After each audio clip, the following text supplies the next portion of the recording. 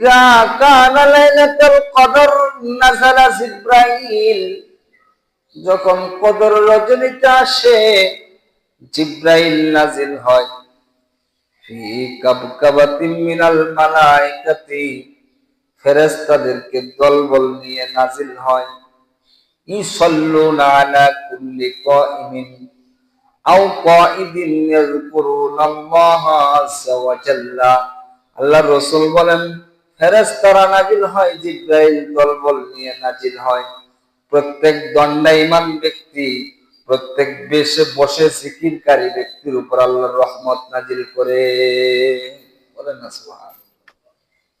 এই জন্য আর কয়েকটা দিন বাকি আছে, এই কয়েকটা দিনই কাজে লাগাবে। হযরত আয়েশা বলেন, আমি যদি রজনী জানি যে আজকে শবে কদর, তখন কি করব? আল্লাহ রাসূল বললেন, বলবা আল্লাহুম্মা ইন্নাকা আফুউন তুহিব্বুল আফওয়া ফাআফু আন্নি। হে আল্লাহ, আপনি ক্ষমা চাওয়াকে ভালোবাসেন, সুতরাং আপনি ক্ষমাশীল, আপনি ক্ষমা চাওয়াকে ভালোবাসেন, আপনি আমাকে মাফ করে দেন। বলেন না সুবহানাল্লাহ। মাফ পাওয়াই তো আসল। قال النبي صلى الله عليه وسلم وآخره عتق من النار। আল্লাহ রাসূল বলেন, রমজানের শেষ দশক হলো জাহান্নাম থেকে মুক্তির শেষ 10 দিন। বলেন না সুবহানাল্লাহ। অন্য এক হাদিসে পাকের ভিতরে আল্লাহ রাসূল বলেন, ইন্না লিল্লাহি তাবারাকা ওয়া তাআলা উতাকাউ ফি কুল্লি ইয়াউমিন ওয়া লাইলাতিন ফি হাযা শাহর। আল্লাহ রাসূল বলেন, পবিত্র মাহে রমজান যখন আসে, এই পবিত্র মাহে রমজানের প্রতিদিন, প্রতি রাত্রিতে আল্লাহ তাআলা অসংখ্য জাহান্নামের কয়েদিকে মুক্তি দিয়ে দেন। আল্লাহ রাসূল বলেন যে প্রতিদিন রাতে, রমজান মাসের প্রতিদিন রাতে জাহান্নামের অসংখ্য জাহান্নামী কয়েদিকে জাহান্নাম থেকে মুক্তি দিয়ে দেন। কিসের জন্য বলেন? রমজান মাস উপলক্ষে। অন্য এক হাদিসে পাকের ভিতরে আল্লাহ রাসূল বলেন, আল্লাহ রাসূলের কাছে যখন রমজান মাস আসতো, সাহাবাদেরকে এরকম বসায়া আল্লাহ রাসূল সাহাবাদেরকে বলতেন, হে আমার সাহাবায়ে কেরাম, শ্রেষ্ঠ মাস উপস্থিত,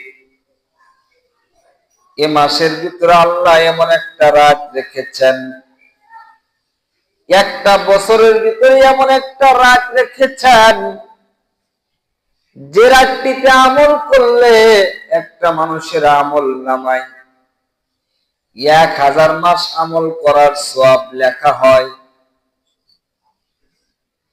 আল্লাহ রাসূল বলেন, ভাগ্যবান তো ওই ব্যক্তি যে ব্যক্তির শবে কদর পাইল,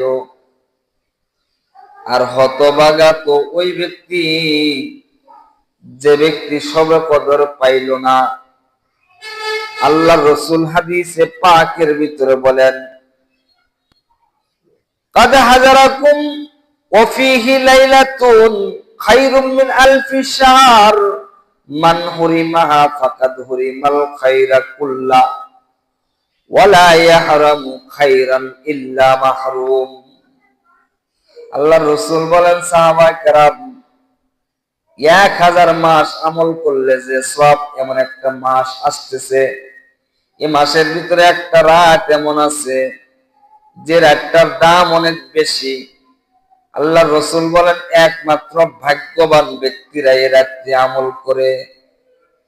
হতভাগা যে আছে, হতভাগা, এই হতভাগা ব্যক্তিরা ছাড়া কেউ মাহরুম হয় না। যে হতভাগা, সেই রাত্রি থেকে মাহরুম হয়। অন্য এক হাদিসে পাকের ভিতরে আল্লাহর রাসূল বলেন, আল্লাহ রসুলের কাছে যখন পবিত্র মাহে রমজান আসে, একদিন আল্লাহ রসুল রমজান মাসের শুক্রবারের দিনে মসজিদে নববীতে ঢুকলেন। ঢুকার পরে আল্লাহ রসুল মিম্বরের প্রথম সিঁড়িতে পা রাখলেন। আল্লাহ রসুল বলেন আমিন। আল্লাহ রসুল দ্বিতীয় সিঁড়িতে পা রাখলেন। এরপরে আল্লাহ রসুল বলেন আমিন। আল্লাহ রসুল তৃতীয় সিঁড়িতে পা রাখলেন। এরপরেও আল্লাহ রসুল বলেন আমিন। সাহাবায়ে কেরাম নামাজের পর জিজ্ঞাসা করলেন, ইয়া রাসূলুল্লাহ, আপনাকে কখনো এরকম করতে দেখি নাই। আপনি প্রথম সিঁড়িতে পা রাখার পরে বললেন আমিন, দ্বিতীয় সিঁড়িতে পা রাখার পরে বললেন আমিন,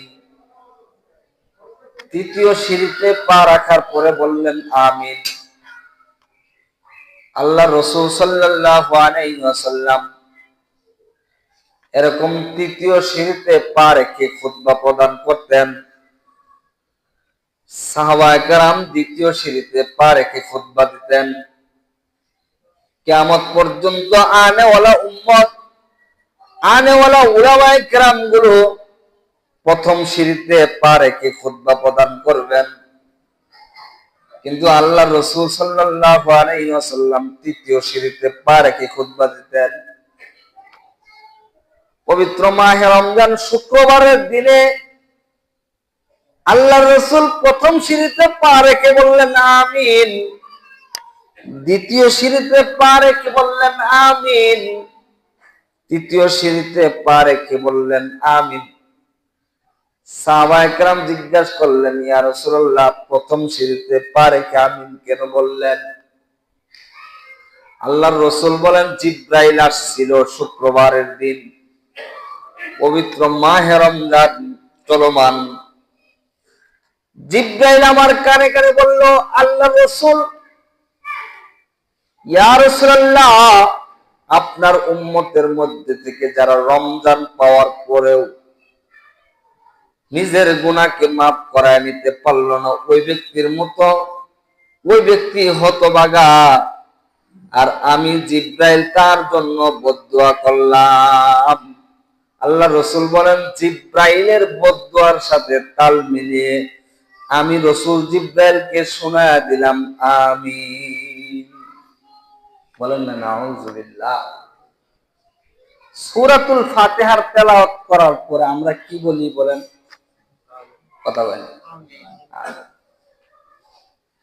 তার মানে আমরা যে সূরাটা তেলাওয়াত করলাম এর ভিতরে যা কল্যাণ আছে আমাদেরকে দেন, আর যা কি আছে অকল্যাণ আছে তা থেকে আমাদেরকে কি বিরত রাখেন। আল্লাহ রসুল হযরত জিবরাইলের সাথে তাল মিলিয়ে বলতেছেন আমিন। তার মানে জিবরাইল বদদুয়া করতেছে, ইয়া রাসূলুল্লাহ, আপনার উম্মতের যে উম্মতটা রমজান পাওয়ার পরেও নিজের গুনাহ মাফ করে নিতে পারলো না, সে ধ্বংস হোক। আল্লাহ রসুল বলেন, আমি তখন বললাম আমিন। সাহাবায়ে কেরাম জিজ্ঞাসা করলেন, ইয়া রাসূলুল্লাহ, দ্বিতীয় সিঁড়িতে পা রাখার পরে আপনি বললেন আমিন। আল্লাহ রসুল বলেন, যার সম্মুখে আমি নবী মুহাম্মদের নাম নেওয়া হলো, যাদের সম্মুখে আমি নবী মুহাম্মদের নাম নেওয়া হলো, তারা যদি আমার উপর দরুদ শরীফ না পাঠ করে, জিবরাইল বলে, ইয়া রাসূলুল্লাহ, আপনার ওই উম্মতগুলো ধ্বংস হোক। তখন আমি মুহাম্মদ হযরত জিবরাইলের সাথে তাল মিলিয়ে বলেছিলাম আমিন। কোন মজলিসের ভিতরে যদি আল্লাহর রাসূলের নাম নেওয়া হয়, আমাদের নবী হযরতে মুহাম্মদুর রাসূলুল্লাহ সাল্লাল্লাহু আলাইহি ওয়াসাল্লামের নাম উচ্চারণ করা হয়, প্রথমবার প্রত্যেকটা মানুষের জন্য ওয়াজিব তার জবাব দেওয়া সাল্লাল্লাহু আলাইহি ওয়াসাল্লাম। কথাটা বুঝাইতে পারছি? যেখানে আমাদের নবী মুহাম্মদুর রাসূলুল্লাহ সাল্লাল্লাহু আলাইহি ওয়াসাল্লামের নাম নেওয়া হবে, তখন তার উত্তর সাল্লাল্লাহু আলাইহি ওয়াসাল্লাম এটা বলা একবার কমপক্ষে ওই মজলিসের ভিতরে ওয়াজিব। এই কারণে আল্লাহর রাসূল বলেন, জিবরাইল আমাকে বলল, কোন জায়গায় আপনার নবী মুহাম্মদের নাম নিলে ওই জায়গায় একবার যদি কেউ সাল্লাল্লাহু আলাইহি ওয়াসাল্লাম না বলে সে ধ্বংস হোক। আমি রাসূল জিবরাইলের সাথে তাল মিলিয়ে বললাম, আমিন। সাহাবায়ে কেরাম জিজ্ঞাসা করলেন, ইয়া রাসূলুল্লাহ, আপনি তৃতীয় সিঁড়িতে পা রাখার পরে বললেন আমিন। আল্লাহর রাসূল বলেন, পবিত্র মাহে রমজান জিবরাইল আমাকে বলল, ওগো আল্লাহর রাসূল, যে ব্যক্তি তার মা বাবাকে পাইল, অথবা মাকেই পাইল, অথবা বাবাকেই পাইল, অথবা দুজনকেই পাইল বৃদ্ধ অবস্থায়, যদি আপনার উম্মত মা বাবার খেদমত কইরা তাদের কাছ থেকে জান্নাত কামাই না করতে পারে, ইয়া রাসূলুল্লাহ, আমি জিবরাইল তার জন্য বদদুয়া করলাম। আল্লাহর রাসূল বলেন, এমন সন্তানের জন্য আমি রাসূল জিবরাইলের সাথে তাল মিলিয়ে বললাম, ওগো জিবরাইল, আমিন। আমি রাসূলও তার ধ্বংস চাই। বলেন না? তাহলে কয়টা জিনিসের ধ্বংস চাই? এটা প্রথম সিঁড়িতে পা রাখার পরে বললেন আমিন। রমজান পাওয়ার পরে যে গুনাহ মাফ করে নিতে পারলো হলো হতভাগা। এজন্য আল্লাহর রাসূলের শিখানো দোয়া, আরে হতভাগা, পবিত্র মাহে রমজানের শেষ দশকের বেজর রজনীতে একটা রাত তুমি আমল করো না, 4টা রাত 5টা রাত তুমি আমল করো না। আল্লাহুম্মা ইন্নাকা আফুউন তুহিব্বুল আফওয়া ফাফু আন্নি, বলো, হে আল্লাহ, আপনি ক্ষমাশীল, আপনি ক্ষমা চাওয়াকে ভালোবাসেন, আপনি আমাকে মাফ করে দেন।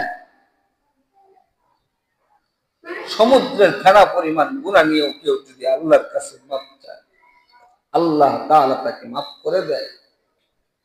100 জনকে খুন করার পরেও যদি আল্লাহ তাআলার কাছে সঠিকভাবে তওবা করে, তুবু ইলাল্লাহি তাওবাতান নাসুহা, আল্লাহ বলেন, ইয়া আইয়ুহাল্লাযীনা আমানু তুবু ইলাল্লাহি তাওবাতান নাসুহা, তোমার তওবাটা যদি তওবাহে নাসুহা হয়, খাঁটি দিলে তুমি যদি তওবা করতে পারো, আল্লাহ তোমাকে মাফ করার জন্য বসে আছে। ক্ষমা চাও না তুমি? আল্লাহর রাসূল বলেন, আল্লাহ তাআলা রমজানের শেষ দশকে অসংখ্য জাহান্নামী কয়েদিকে মাফ করে দেয়।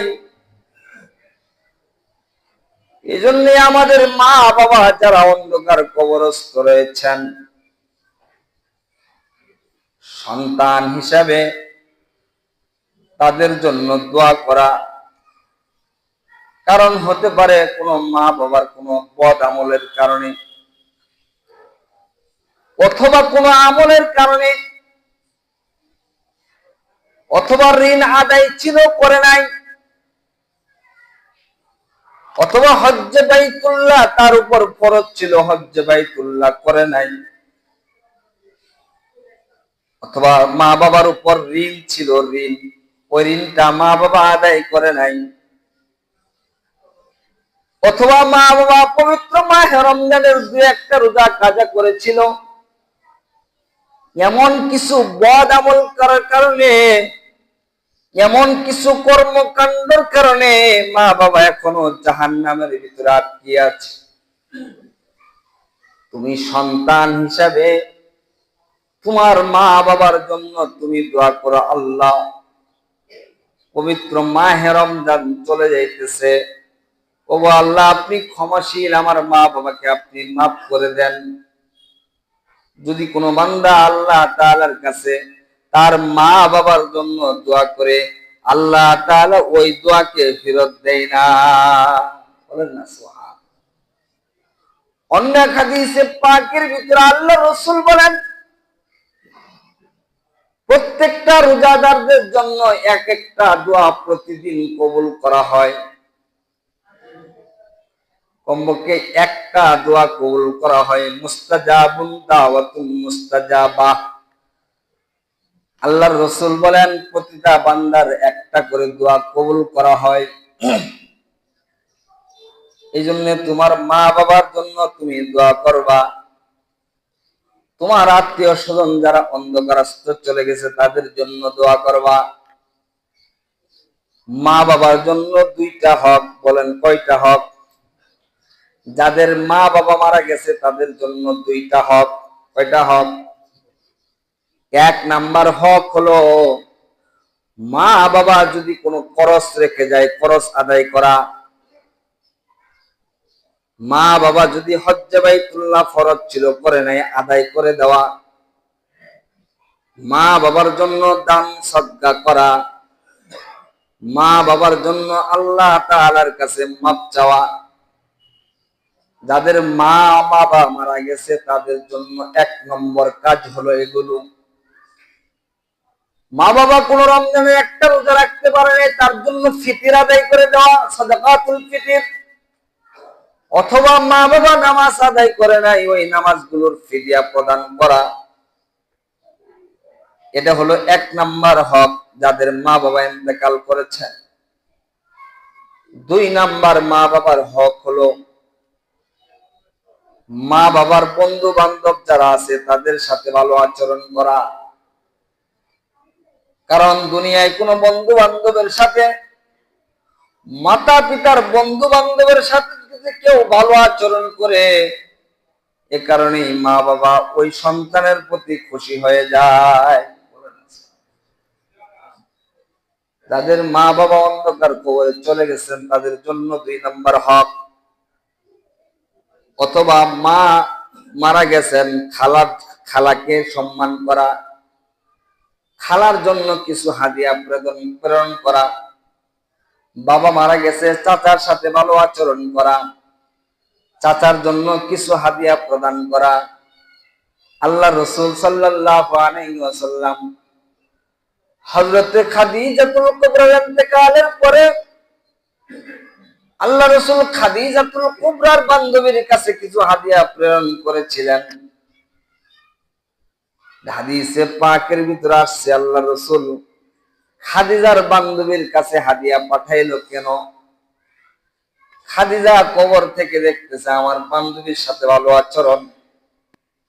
এরকম মুর্দা ব্যক্তি দেখে যদি কোনো মানুষ তার বাবা ইন্তেকাল করে থাকে, তার চাচার সাথে ভালো আচরণ করলে বাবার অন্তরটা প্রশান্ত লাভ করে। বলেন না সুবহানাল্লাহ। তাহলে যাদের মা বাবা ইন্তেকাল করছেন তাদের জন্য কয় কাজ? দুই কাজ। এই দুইটা হক সন্তানের উপর, দোয়া করা, দান সাদকা করা, হজ্জে বাইতুল্লাহ করা, বদলি হজ করা। এই কাজগুলো আমাদের জন্য করা।